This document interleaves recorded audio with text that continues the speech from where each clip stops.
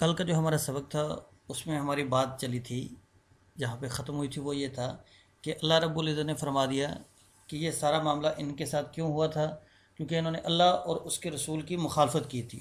اور آخر میں اصول بھی بتا دیا تھا، من یشاقق اللہ و رسولہ فإن اللہ شدید العقاب، کہ جو اللہ اور اس کے رسول کو کی مخالفت کرے گا اس کے لیے اللہ رب العزت فإن اللہ، بے شک اللہ شدید العقاب، سخت سزا دینے والا ہے۔ ٹھیک ہے، ذالکم فذوقوہ، ذالکم یہ سارا معاملہ اس وجہ سے، فذوقوہ پس تم اس کو اب چکھو۔ وَأَنَّ لِلْكَافِرِينَ عَذَابَ النَّارِ، اور یہاں پہ ہی سلسلہ ختم نہیں ہوگا، دنیا میں تو اب یہ تمہارے لیے سزا ہے اور تمہارے لیے یہ ذلت ہے۔ وَأَنَّ لِلْكَافِرِينَ، اور بے شک للکافرین، کافروں کے لیے عذاب النار، جہنم کا عذاب بھی ہے۔ ٹھیک ہے، دنیا میں تو یہ ساری ذلت اور رسوائی یہ تمہارا مقدر ہے، اب آخرت کے اعتبار سے اگر دیکھو گے تو وَأَنَّ لِلْكَافِرِينَ عَذَابَ النَّارِ، کہ اب کافروں کے لیے اللہ رب العزت نے آگ کا عذاب بھی تیار کر رکھا ہے، یعنی کہ جہنم کو بھی تیار کر رکھا ہے۔ ٹھیک ہے، سمجھ آ گئی؟ کل کی ہماری وہ جو بات تھی اس کے ساتھ ہی اللہ رب العزت نے ساتھ فرمایا ذالکم فذوقوہ، یہی تمہارا انجام ہے، پس اس کو تم چکھو۔ ٹھیک ہے، وَأَنَّ لِلْكَافِرِينَ، یعنی کہ دنیا کے اعتبار سے تو تمہارا یہ معاملہ ہوگا، وَأَنَّ لِلْكَافِرِينَ عَذَابَ النَّارِ، اور یاد رکھو کہ کافروں کے لیے کیا ہوگا، جہنم کا بھی عذاب ہے۔ ذالکم فذوقوہ، یہ تمہارا انجام ہے، فذوقوہ پس اس کو چکھو۔ وَأَنَّ، اور بے شک، لِلْكَافِرِينَ کافروں کے لیے، عذاب الناری، جہنم کا عذاب ہے۔ یا ایھا الذین آمنوا، اے ایمان والو۔ اب اس آیت کے آغاز سے اللہ جل شانہ عما نوالہ میدان جنگ کے کچھ اصول اور قواعد ضوابط بتا رہے ہیں کہ جب تم نے دشمن کے ساتھ جنگ کرنی ہے، ٹھیک ہے، جب تم نے بارڈر پہ لڑائی کرنی ہے تو وہاں پہ اصول کیا ہونا چاہیے۔ یا ایھا الذین آمنوا، اے ایمان والو، اذا لقیتم، جب تم ملاقات کرو، الذین، ان لوگوں کو، کفروا، جنہوں نے کفر کیا، زحفاً، حالت جنگ میں، فلا تولوہم الادبار، فلا تولوہم، پس نہ پھیرو ان سے، الادبار، اپنی پیٹھیں۔ کہ اب تمہیں یہاں پہ شہادت تو منظور ہونی چاہیے، لیکن پیٹ پھیر کے واپسی کی طرف آنا یہ تمہیں منظور نہیں ہونا چاہیے۔ یا ایھا الذین آمنوا، اے ایمان والو، اذا لقیتم الذین کفروا زحفاً، جب تمہاری ملاقات ہو کافروں کے ساتھ میدان جنگ میں، فلا تولوہم الادبار، اب ان سے ہرگز بھی اپنی پیٹھیں نہ پھیرنا۔ اور یہ واقعتاً جذبہ جو تھا یہ صحابہ کے اندر تھا کہ صحابہ جب دشمن کے ساتھ مقابلے میں اترتے تھے، صحابہ رضی اللہ تعالی عنہم اجمعین جب دشمن کے ساتھ مقابلے پہ اترتے تھے، اب وہاں پہ ان کو کوئی بھی دنیا کی لذت اس سے پیچھے نہیں ہٹا سکتی تھی۔ ایک صحابی حضور علیہ الصلوۃ والسلام کے مجلس میں تشریف فرما اور بڑے پریشان بیٹھے ہوئے ہیں، ٹھیک ہے، کوئی رنگ روپ بھی نہیں ہے، مال و دولت بھی نہیں ہے، کچھ بھی نہیں ہے، ٹھیک ہے، بڑے پریشان بیٹھے ہوئے ہیں۔ حضور علیہ السلام نے پوچھا کہ سعد بن معاذ پریشان ہو؟ سعد بن معاذ رضی اللہ تعالیٰ عنہ عرض کرنے لگے، یا رسول اللہ، کوئی رشتہ ہی نہیں دیتا، شادی کرنا چاہتا ہوں، اپنا گھر بسانا چاہتا ہوں، لیکن کوئی رشتہ ہی نہیں دیتا۔ اچھا معاذ، یہ معاملہ ہے تو کس سے کرنا چاہتے ہو؟ یا رسول اللہ، میرے چچا ہے، اس کی بیٹی ہے۔ فرمایا جاؤ اور اس کو یہ کہو کہ مجھے رسول اللہ نے بھیجا ہے تمہاری بیٹی کے لیے۔ بڑی خوشی گئی کہ اب تو اللہ کے نبی کا حکم ہے، اب کون ٹال سکتا ہے۔ جا کے دستک دی چچا کے دروازے پہ، اندر سے چچا نے آواز دی، کون؟ سعد بن معاذ، کیا کرنے آئے ہو؟ مجھے رسول اللہ نے بھیجا ہے۔ کیوں بھیجا ہے؟ باہر تشریف لائے، کیوں بھیجا ہے؟ عرض کرنے لگے کہ مجھے حضور علیہ الصلوۃ والسلام نے بھیجا ہے، اور بھیجنے کا مقصد کیا ہے کہ تمہاری بیٹی کے لیے میرے رشتے کے لیے بھیجا ہے کہ اپنی بیٹی کا نکاح میرے ساتھ کر دو۔ اب وہ باپ تھا، بیٹیوں کے باپ، ان کے بڑے خواب ہوتے ہیں اور بڑی سوچیں ہوتی ہیں۔ انہوں نے کہا تم نے اپنے آپ کو دیکھا اور میری بیٹی کو دیکھا، کوئی جوڑ میل ہے؟ چلو بھاگ جاؤ یہاں سے۔ واپس آئے، پھر پریشان، ٹھیک ہے۔ اب پیچھے جو بیٹی تھی وہ اندر سن رہی تھی، بیٹی نے باپ کو پیچھے سے کہا کہ ابا جان، آپ نے یہ کیا؟ آپ آنے والے کو نہ دیکھیں، بھیجنے والے کو دیکھیں کہ بھیجا کس نے ہے۔ اب وہ صحابی کو تھوڑا سا ہوا کہ یہ میں نے کیا کر دیا، میں نے تو اس کو واپس نہیں کیا، میں نے گویا کہ حضور علیہ الصلوۃ والسلام کی نافرمانی کر دی ہے۔ دوڑے ان کے پیچھے ہی حضور کی مجلس میں، ٹھیک ہے، اتنی دیر وہ صحابی پہنچ گئے، یا رسول اللہ، گل کوئی نہیں بنی۔ حضور علیہ السلام ابھی وہیں تھے کہ وہ ان کا باپ بھی آ گیا، تم نے میری نہیں یا رسول اللہ، معذرت میرے سے غلطی ہوگی، میں اپنا فیصلہ واپس لیتا ہوں اور اپنی بیٹی کا نکاح اس کے ساتھ کرتا ہوں۔ حضور علیہ السلام نے فرمایا کہ چلو اٹھو تیاری کرو۔ اب پھر پریشان، ارے بھائی اب کیا مسئلہ ہے، رشتہ بھی مل گیا، اب کیا ٹینشن ہے؟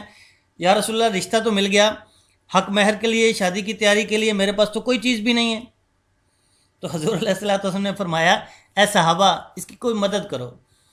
تو کوئی 100 درہم، کوئی 10 درہم، 3 صحابہ نے، حضرت عبد الرحمن بن عوف، حضرت عثمان غنی رضی اللہ تعالیٰ عنہ اور ایک تیسرے صحابی جن کا نام میرے ذہن میں نہیں ہے، ٹھیک ہے، ان تینوں نے کچھ 100 درہم کر کے اس کو دیے کہ جاؤ اس سے تیاری کرو، اس سے حق مہر بھی ادا کرنا۔ اور اب صحابی بڑے خوشی خوشی ان پیسوں کو لیا اور بازار میں پہنچے اور ایک سرخ جوڑا خریدا، کچھ جیولری خریدی، ٹھیک ہے، یعنی کہ لوازمات جتنے تھے شادی کے وہ سارے پورے کیے اور خوشی خوشی واپس آ رہے ہیں کہ اب میری شادی ہوگی اور میں اپنے گھر کو بساؤں گا، کہ راستے میں ہی آواز لگی۔ اور یہ وہ اس دور کی بات ہے کہ جس دور میں چھوٹے چھوٹے حملے مدینہ پہ ہوا کرتے تھے، اس طرف سے کوئی چھوٹا سا گروہ آ گیا، اس طرف سے آ گیا کوئی جتھا آ گیا، انہوں نے جنگ شروع کر دی، لڑائی شروع کر دی۔ جیسے واپس آ رہے تھے کہ اچانک آواز لگی کہ حملہ ہو گیا، ٹھیک ہے۔ اب یہ صحابی جو بڑے ارمانوں کے ساتھ اپنی شادی کے لیے جا رہے تھے، انہی قدموں پہ واپس پلٹے بازار، وہ سرخ جوڑا، وہ جیولری، وہ سارا کچھ واپس دیا اور وہاں سے ایک زرہ خریدی۔ زرہ جو میدان جنگ میں وہ مخصوص لوہے کا لباس پہنا جاتا ہے، اس کو زیب تن کیا اور نقاب کیا اور گھوڑے پہ سوار، ٹھیک ہے، یہ صحابی کالے رنگ کے، شدید کالے رنگ کے، اور یہ لڑتے سیدھا میدان جنگ میں پہنچ گئے اور لڑتے اب آگے جا رہے ہیں، سارے حیران ہو کے دیکھ رہے ہیں کہ یہ گھوڑے پہ سوار کون آدمی ہے، یہ تو آج بڑے کمال درجے کی لڑائی کر رہا ہے۔ حضور علیہ السلام نے بھی ایسے دیکھا تو پہلے تو پتہ نہ چلا کہ کون ہے، جب ایسے انہوں نے غصے میں آ کے اپنا بازو چڑھایا نا، اور حضور علیہ السلام نے بازو دیکھا اور رنگ دیکھا، فرمایا انت سعد؟ نعم یا رسول اللہ، کیا آپ سعد ہیں؟ جی ہاں یا رسول اللہ میں سعد ہوں۔ پھر لڑے یہاں تک کہ شدید زخموں سے چور ہو کے گر گئے، لڑائی ختم ہوئی۔ حضور علیہ السلام نے پوچھا سعد کہاں ہے؟ زندوں میں دیکھا کہیں نہیں، مردوں میں دیکھا کہیں نہیں، دیکھا تو ایک طرف زخمی پڑے ہوئے۔ حضور علیہ السلام آگے بڑھے اور حضرت سعد رضی اللہ تعالیٰ عنہ کو اپنی گود میں لیا اور گویا کہ حضور علیہ السلام سعد سے لپٹ گئے۔ اور یہ حضرت سعد رضی اللہ تعالیٰ عنہ کا وہ آخری مرحلہ تھا کہ بالکل سانس نکلنے والی تھی، آخری لمحات تھے۔ حضور علیہ السلام کی باہوں میں اس دنیا سے آگے کی طرف کوچ کیا، شہادت کا اعلیٰ رتبہ پایا۔ حضور علیہ السلام آسمانوں کی طرف دیکھا حضور علیہ السلام نے، اور پہلے حضور علیہ السلام تھوڑے غمگین ہوئے، ٹھیک ہے، رونے کی سی کیفیت ہوئی، اور پھر حضور علیہ السلام مسکرائے، پھر حضور علیہ السلام نے اپنا چہرہ مبارک پھیر لیا۔ بعد میں صحابہ نے عرض کیا یا رسول اللہ یہ کیا معاملہ تھا؟ آپ پہلے پریشان ہوئے، پھر آپ مسکرائے، پھر آپ نے اپنا چہرہ مبارک پھیر لیا۔ حضور علیہ السلام نے فرمایا تھا کہ سعد نے اس دنیا کی عورت کو چھوڑا اور آخرت کی عورت کو ترجیح دی، ٹھیک ہے، اس کی وجہ سے اس نے ایسا مقام حاصل کیا کہ اوپر میں نے جب دیکھا، پہلے تو میں سعد کی شہادت پہ کہ بیچارہ کس حال میں کس وقت جا کے شہید ہوا ہے، ٹھیک ہے، اس پہ میں غمگین ہوا، اس وجہ سے میرے تھوڑا رونے کے اثرات چہرے پہ نمایاں نظر آئے۔ اور اس کے بعد میں نے جب دیکھا تو آسمان پہ حوریں آپس میں لڑ رہی تھیں، ایک یہ کہہ رہی تھی کہ سعد میرا ہے، دوسری یہ کہہ رہی تھی کہ سعد میرا ہے، اور اسی لڑائی میں جب وہ ایک دوسرے کے ساتھ باغی ہیں تو ان کے جو کپڑے ہیں وہ پنڈلی سے اوپر ہوئے، تو مجھے حیا آئی، میں نے حیا کے لیے اپنا چہرہ پھیر لیا۔ تو یہ وہ صحابہ تھے جو واقعتاً جب میدان جنگ میں اترتے تھے پھر دنیا کی بڑی سے بڑی چیز کی بھی لذت ان کے سامنے کچھ بھی نہیں ہوتی تھی، بلکہ اب وہ صرف شوق شہادت اور دشمن کو یا شہادت ہے یا فتح ہے، تیسری اور کوئی چیز ان کے ذہن میں نہیں ہوتی تھی۔ اپنے بیوی بچے، اپنے مال متاع، ایک صحابی بیمار اور لنگڑے، بوڑھے، جوان بچے جہاد کے لیے جا رہے، ضد کر رہے ہیں کہ میں بھی جہاد پہ جاؤں گا۔ ارے بھائی تم کیا کرو گے، بوڑھے ہو، لنگڑے ہو، ٹھیک ہے، بیوی نے بھی سمجھایا، نہیں مانے۔ حضور علیہ السلام کے پاس شکایت گئی، جب حضور علیہ السلام کے پاس حاضر ہوئے تو حضور علیہ السلام نے فرمایا کہ بھائی تم معذور ہو اور شریعت نے معذور کو رخصت دی ہے، ٹھیک ہے، تمہارے پہ جہاد فرض نہیں ہے، جاؤ گھر آرام کرو. نہیں یا رسول اللہ میں لڑنا چاہتا ہوں اور میں یہ چاہتا ہوں کہ میں اپنے لنگڑے ٹانگ کے ساتھ اور لنگڑے پاؤں کے ساتھ جنت میں بھی چلوں. اور واقعتاً پھر میدان جنگ میں گئے اور وہیں شہید ہوئے. اور شہید ہونے کے بعد جب ان کی لاش کو بھی گھوڑے پہ رکھ کے واپس لانا چاہتے تھے، اب جب اونٹ پہ گھوڑے پہ رکھتے ہیں، مدینہ کی طرف اس کا رخ کرتے ہیں، وہ چلتا کوئی نہیں، دوسری طرف میدان جنگ کی طرف کرتے ہیں تو وہ چل پڑتا ہے. حضور علیہ السلام دریافت فرمایا کہ انہوں نے گھر سے نکلتے ہوئے کوئی بات کی تھی؟ بیوی نے کہا یا رسول اللہ کی تھی. کیا بات کی تھی؟ بیوی نے عرض کیا یا رسول اللہ یہ گھر سے نکلتے ہوئے دعا کر کے نکلے تھے کہ اے پروردگار مجھے اب اس گھر میں واپس کبھی بھی نہ لانا. تو میرے پروردگار نے ایسا ان کے ساتھ معاملہ کر دیا کہ اب واقعتاً اب یہ صحابی گھر کی طرف کبھی بھی نہیں جائیں گے، ان کی لاش بھی گھر واپس نہیں آ رہی ہے. تو یہ وہ جذبہ تھا ان کے اندر کہ اذا لقیتم الذین کفروا زحفا فلا تولوہم الادبار، کہ اب انہوں نے اپنی پیٹھیں نہیں پھیرنی ہے. یہ گردن تن سے جدا ہو سکتی ہے لیکن اب پیٹ پھیر کے بھاگنے والا معاملہ یہ نہیں ہو سکتا. یا ایھا الذین آمنوا، اے ایمان والو، اذا لقیتم، جب تمہاری ملاقات ہو، الذین، ان لوگوں سے، کافروا، جنہوں نے کفر کیا، زحفا، حالت جنگ میں، فلا تولوہم الادبار، فلا، پس نہ، تولوہم، پھیرنا ان سے، الادبار، اپنی پیٹھوں کو. ومن یولہم، ساتھ ہی اگلی بات، ٹھیک ہے اگر کسی نے کوئی ایسا کر بھی لیا تو اب اس کے لیے کیا معاملہ ہے. اور وہ صورتیں، اب اس آیت سے وہ صورتیں بیان ہونے لگی ہیں کہ کن کن صورتوں میں کفار یا دشمن سے پیٹ پھیری جا سکتی ہے، کہاں گنجائش ہے، کہاں کہاں اللہ نے رخصت اور اجازت دے رکھی ہے. وَمَن یُوَلِّیہِم،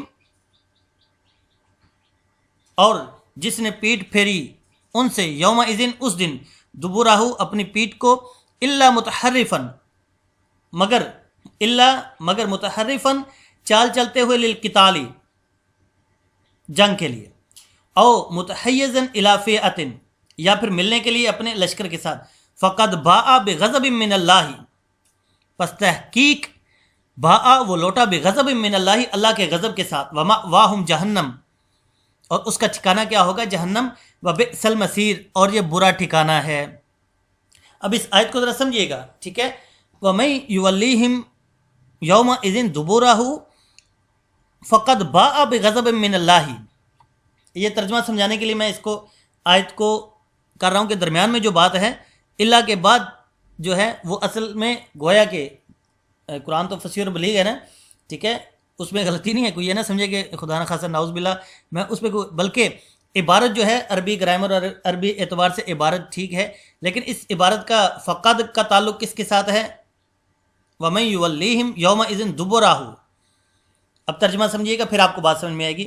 وَمَن یُوَلِّیہِم، جس نے پیٹ پھیری، یومئذٍ، جس نے پھیری، یومئذٍ، اس دن، دبرہ، اپنی پیٹ، فقد باء بغضب، تحقیق وہ لوٹا، بغضب من اللہ، اللہ کے غضب کے ساتھ، ومأواہم جہنم، اب اس کا ٹھکانہ جہنم ہے، اس کو جنت والا معاملہ تو ہو ہی نہیں سکتا. وبئس المصیر، اور یہ کیا ہے، برا ٹھکانہ ہے. الا متحرفا للقتال، مگر اچھا عربی کا قاعدہ کیا ہے، الا کے بعد جو ہوتا ہے، ٹھیک ہے، وہ ما قبل کے حکم سے مستثنا ہوتا ہے. الا کو، الا لائی اس لیے جاتا ہے، ٹھیک ہے، کہ وہ پہلے والے حکم سے اس کو نکال دے. ٹھیک ہے، پہلے حکم کیا تھا کہ جس نے پیٹ پھیری، ٹھیک ہے، اس کا وہ لوٹا اللہ کے غضب کے ساتھ اور اس کا ٹھکانہ جہنم ہے جو کہ برا ٹھکانہ ہے. الا متحرفا للقتال، مگر یہ کہ جنگ کے لیے کوئی چال چلتے ہوئے، ٹھیک ہے، جنگ کے لیے چال چلتے ہوئے کیسے کہ کبھی ایسا بھی ہوتا ہے کہ آپ کو ظاہری طور پہ آپ دشمن کے ساتھ لڑ رہے، آپ نے دیکھا کہ دشمن جو ہے وہ تو بڑے زبردست مضبوط جگہ میں ہے، پوزیشن میں ہے، اور ہم تھوڑے کمزور ہیں.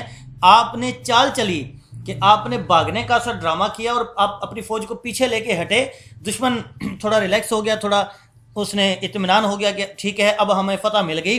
پھر آپ نے اچانک ایک قدم اس پہ حملہ کیا اور دشمن بوکھلاہٹ کا شکار ہو کے وہ شکست سے دوچار ہوا. ٹھیک ہے، مطلب ہر دور میں مختلف ہیں. آج کل کے دور میں تو ایسے نہیں ہے نا، آج کل تم ایٹم بم کا دور ہے، ٹھیک ہے، آج کل پیچھے ہٹنا وہ کچھ اور اعتبار سے ہوگا. ٹھیک ہے، الا متحرفا للقتال، مگر یہ کہ جو جنگ کے لیے چال چلے، اگر وہ پیٹ پھیرتا ہے تو وہ مستثنا ہے.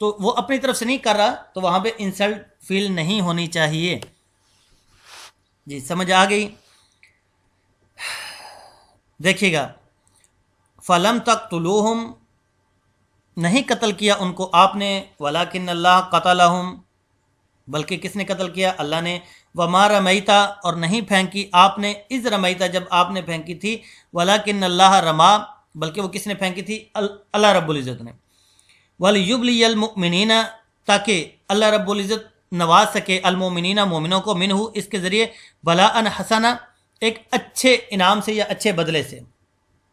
ولیبلی المؤمنین منہ بلاء حسنہ تاکہ اس سارے معاملے کے ذریعے اللہ رب العزت مومنوں کو یعنی کہ ایک دوسرے الفاظ میں کہہ لیں گفٹ دے سکے، ایک انعام دے سکے. جو کس صورت میں تھا؟ فتح کے صورت میں تھا. ان اللہ بے شک اللہ سمیع علیم سننے والا بھی ہے اور علیم جاننے والا بھی ہے. کہ اللہ رب العزت کو ان کے ارادے بھی پتہ تھا اور مسلمانوں کی ساری کیفیت بھی اللہ جل شانہ و عمان والو کے علم میں تھی. ٹھیک ہے. اور ان اللہ سمیع علیم اللہ سننے والا بھی ہے کہ ساری رات جو آپ پکارتے رہے اللہ کو، اللہ اس کو بھی بہت اچھا سے سننے والا ہے. ٹھیک ہے. ذالکم یہ معاملہ تو ہو چکا. وَأَنَّ اللَّهَ اور غور سے سنا کہ بے شک اللہ موہن قید الکافرین اچھی طرح تباہ و برباد کرنے والا ہے کہ ان کو قید الکافرین کافروں کی سازشوں کو یا ان کے چالوں کو، ان کی تدبیروں کو. قید کہتے ہیں تدبیر کو. ذالکم یہ معاملہ تو ہو چکا. وَأَنَّ اللَّهَ اور بے شک اللہ موہن قید الکافرین موہن تباہ و برباد کرنے والا ہے یا ان کو بالکل خاک میں ملا دینے والا ہے. قید الکافرین کس چیز کو؟ کافروں کی تدابیر کو. جی بات سمجھ میں آ گئی کہ اب جو تدبیر بھی وہ چلتے ہیں اس کو صحیح انداز میں ختم کرنے والا اور صحیح انداز میں اس کو ختم کرنے والی ذات کون سی ہے؟ اللہ جل شانہ و عمان والو کی ذات ہی ہے. آگے دیکھیے گا ان تستفتحوا فقد جاءکم الفتح.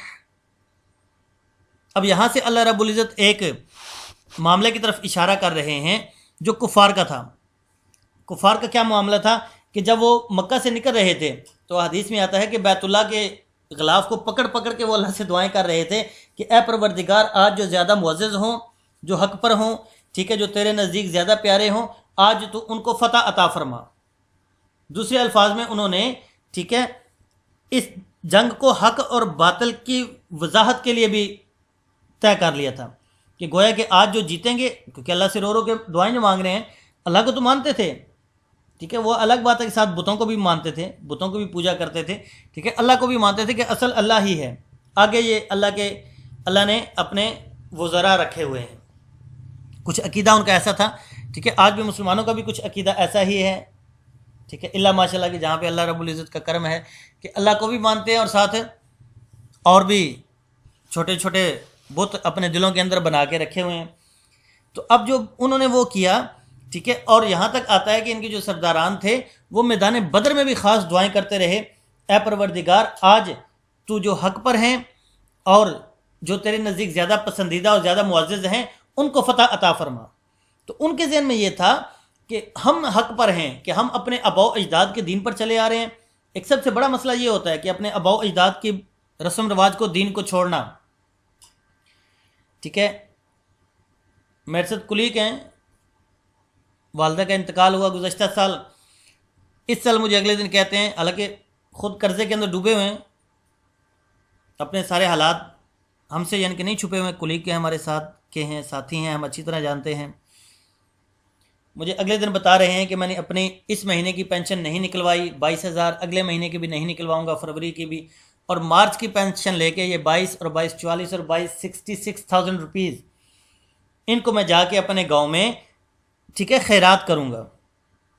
کیا کروں گا جی؟ مارچ میں والدہ کا انتقال ہوا تھا تو مارچ میں گاؤں جاؤں گا تو خیرات کروں گا. اب مجھ سے پوچھتے ہیں کہ مولوی صاحب یہ میرا خیرات کرنا کیسے ہے؟ میں کہ آپ کا یہ خیرات کرنا ٹھیک ہے، آپ کن کو بلائیں گے؟ کہتے ہیں اپنے رشتہ داروں کو. میں کہ وہ گھروں میں کھاتے ہیں. جی بالکل کھاتے پیتے ہیں، ٹھیک ہے. تو میں نے کہا پھر ثواب کس چیز کا ہے؟ جو پہلے سے کھاتے پیتے ہیں ان کو آپ کھلا رہے ہیں تو ثواب کس چیز کا ہے؟ ٹھیک ہے.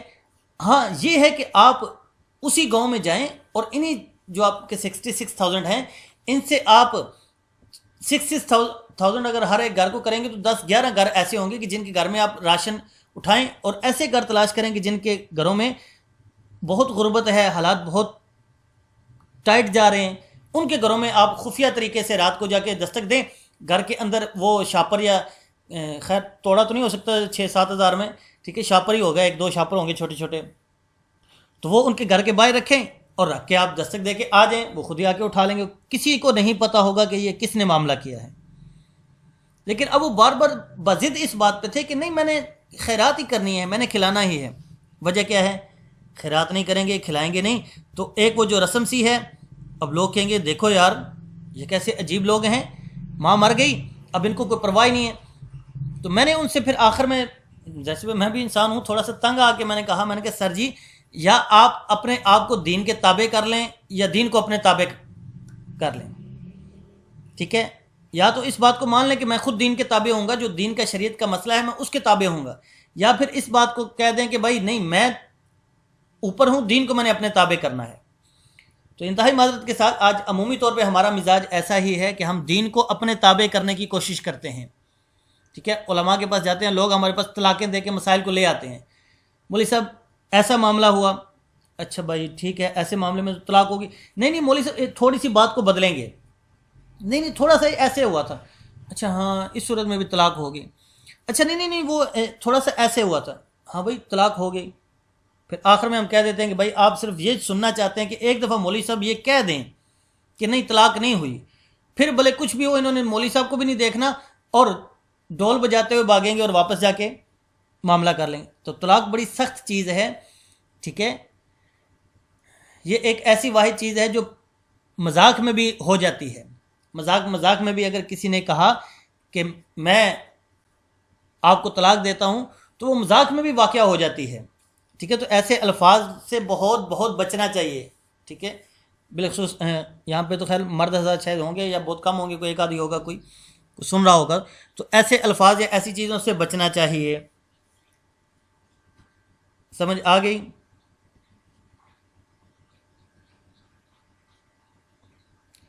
تو اب معاملہ کیا ہے کہ ہم جو اپنی رسم رواج اور جو معاملات ہیں ان کو ہم اپنے اوپر غالب رکھتے ہیں، اور جو آباء اجداد سے جو طریقے چلے آ رہے ہیں انہی کو ہم سارا دین سمجھتے ہیں اور کہتے ہیں کہ یہی حق پر ہے۔ حالانکہ میں نے ان سے آخر میں تنگ آ کے یہ بھی کہا کہ سر جی اگر مارچ میں آپ نے وہاں پہ جا کے کھلانا ہے اور اس وقت آپ کے گاؤں میں یا پڑوس میں کوئی اگر فروری میں کوئی بھوک سے مر گیا تو کل قیامت کے دن وہی آپ کا گریبان آ کے پکڑے گا کہ آپ نے 66,000 اپنے اکاؤنٹ میں رکھا ہوا تھا اس لیے کہ میں مارچ میں اپنے رشتہ داروں کو اکٹھا کر کے سب کو کھلاؤں گا تاکہ پتہ چلے کہ میں نے ماں کے نام پر، ٹھیک ہے، ماں کے برسی پہ میں نے بہت بڑی خیرات کی تھی اور پورا ایک جانور ذبح کیا تھا اور یہ سارے معاملات کیے تھے، ٹھیک ہے، تو کیا تمہیں میری فروری کے اندر مجھے مرتا ہوا میں تمہیں نظر نہیں آیا تھا؟ تو اس سے بہتر ہے کہ ہم پورا سال ہی کیوں نہ کریں، ٹھیک ہے۔ جیسے آج دن کو بھی ایک سوال گردش کر رہا تھا، ٹھیک ہے، کوئی عزیزہ تھیں انہوں نے مجھ سے ریکویسٹ کی، میں نے گروپ میں میسج کر دیا کہ کوئی قرآن پڑھ کے، ٹھیک ہے، اگر کوئی بھی کسی کا قرآن پڑھے، دیکھیں آپ کے پاس اگر لائٹ ہے، ٹھیک ہے، آپ کے پاس کیا ہے، لائٹ ہے، اور آپ کسی اندھیرے کمرے میں جاتے ہیں تو کیا وہ پورا کمرہ روشن ہوگا یا نہیں ہوگا؟ اور اس کمرے میں اب 150,000 بندہ بھی آ جائے تو وہ سب اس روشنی سے فائدہ اٹھائیں گے یا نہیں اٹھائیں گے؟ ایسا نہیں ہے کہ وہ آپ اکیلے کے لیے، ہاں آپ نے جتنا بھی نیک اعمال کیے ہوں ان کی نیت اس انداز میں کر دیں کہ جتنے بھی مسلمان اس دنیا فانی سے رخصت ہو چکے ان سب کی روحوں کو پہنچاتا ہوں، اللہ سب کو برابر اس میں سے، برابر سے مراد کہ جتنا اس آج پڑھنے والے کو اجر اور ثواب ملا اتنا ہی انشاءاللہ ہر ایک کو اتنا ہی مل جائے گا، اور اس میں سے اس پڑھنے والے کے اجر میں کچھ کمی بیشی نہیں کی جائے گی۔ انشاءاللہ یہ آیات آئیں گی تفسیر میں، وہاں پہ میں اس کو مزید بھی عرض کروں گا۔ اور دوسرے ہمارے کو استاد جی اس کی مثال ایسے دیا کرتے تھے کہ آپ کے پاس اگر ایک موم بتی ہے جلی ہوئی، اس سے اگر 1,000 موم بتیاں بھی آگے جلائیں گے تو کیا اس کی اپنی روشنی میں یا اس میں کوئی کمی واقع ہوگی؟ نہیں بھائی، ٹھیک ہے، آپ نے قرآن پڑھا، ایک سپارہ پڑھا، آپ نے جس کے لیے پڑھا ہے آپ نے اس کی نیت کر دی، آپ کو پتہ نہیں ہے کون ہے، بس ٹھیک ہے، جس کے لیے یہ میسج کیا گیا تھا، جس کے لیے بھی، ٹھیک ہے، وہ آپ نے نیت کر دی، اور جتنا ثواب آپ کو ملا اتنا ہی ثواب اس کو بھی ملا، اور اس کے ساتھ ہی اگر آپ نے اپنے والدین، اپنے رشتہ دار، جتنے مسلمان اس دنیا سے چلے گئے ان سب کے لیے نیت کی تو سب کو اتنا ہی ملا جتنا آپ کو اجر اور ثواب ملا، اور ان کی وجہ سے آپ کے اجر اور ثواب میں کوئی کمی نہیں کی جائے گی۔ جی بات سمجھ میں آ گئی؟ ہم سال کے بعد ہی کیوں کرتے ہیں؟ ہر سال کیوں نہیں کرتے؟ ہر دن کیوں نہیں کرتے؟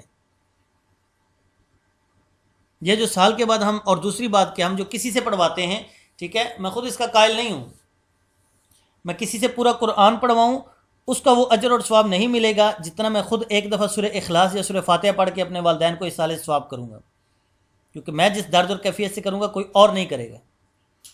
ہم نے آج یہ نیت کرنی ہے، ٹھیک ہے، ہمارا سبق یہاں پہ ختم ہو گیا، انشاءاللہ یہ آج جو ابھی میں نے شروع کی تھی اس کو انشاءاللہ کل کریں گے، ٹھیک ہو گیا۔ ہم نے آج سے یہ نیت کرنی ہے کہ ہم نے کم از کم ایک بچہ اپنا کم از کم ایک بچے کو اس قابل کرنا ہے کہ کل جب ہر ایک نے مرنا ہے، ٹھیک ہے، میں اپنی بات کرتا ہوں، آپ لوگوں کی نہیں کروں گا، کہیں کوئی نہ کہ قاری صاحب جو ہیں یا سر آصف ہمیں مارنے کے درپے ہو گئے ہیں، ٹھیک ہے، مجھے کم از کم ایک بچہ اس قابل بنا دینا چاہیے کہ کل جب میں مروں گا تو وہ میرا جنازہ پڑھائے۔ میرا بچہ جس دکھ اور درد اور کیفیت سے جنازہ پڑھائے گا، دنیا کا بڑے سے بڑا عالم بھی اس کیفیت اور درد کے ساتھ نہیں پڑھا سکتا۔ لوگ ہمیں کھڑا کر دیتے ہیں، بھائی مولوی صاحب میرا باپ فوت ہو گیا، میرا بھائی فوت ہو گیا، بیوی فوت ہوگی، جنازہ پڑھاؤ۔ ہم جیسے عام نماز پڑھتے ہیں ایسے پڑھا کے تو سائڈ پہ ہو جاتے ہیں، بھائی ٹھیک ہے۔ شریعت کیا کہتی ہے کہ ولی جو ہے، ٹھیک ہے، اگر باپ مرا تو اس کا بڑے بیٹے کا حق ہے یہ جنازہ پڑھائے، لیکن بڑے بیٹے کو تو ہم نے بڑے بڑے اسکولوں میں پڑھایا، ٹھیک ہے، اور باقی سارے معاملات میں ہم نے اس کو کیا، دین کا تو ہم نے اس کو بتایا ہی نہیں۔ تو آج وہ بڑا بیٹا، اس کو پتہ نہیں جنازہ بھی آتا ہے کہ نہیں آتا، وہ پیچھے کھڑا ہو کے صرف منہ ہلائے گا اور ایکٹنگ کرے گا جنازے کی، اور ماں کے جنازے میں کھڑے ہو کے اس نے کچھ بھی نہیں پڑھنا۔ حالانکہ اس بڑے بیٹے کو آگے مصلی پہ ہونا چاہیے تھا کہ اب یہ کس کیفیت اور درد کے ساتھ یہ جنازہ پڑھائے گا اور اس میں دعا کرے گا اللہم اغفر لحینا و میتنا و شاہدنا و غائبنا۔ تو وہ جو اس درد ہوگا اور کیفیت ہوگی، اصل وہ اللہ کو مطلوب ہے، وہ چاہیے۔ تو آج انشاءاللہ میں بھی نیت کرتا ہوں، آپ میں سے بھی ہر ایک یہ نیت کرے کہ انشاءاللہ ہم نے اپنی اولادوں میں ایک نہ ایک بچہ ایسے بنانا ہے کہ کل جب میں مروں تو وہ میرا جنازہ پڑھا سکے، نہ کہ کوئی محلے کے امام صاحب یا مولوی صاحب کو کرائے پہ لا کے کھڑا کر دے کہ بھائی مولوی صاحب آ کے جنازہ پڑھا دینا۔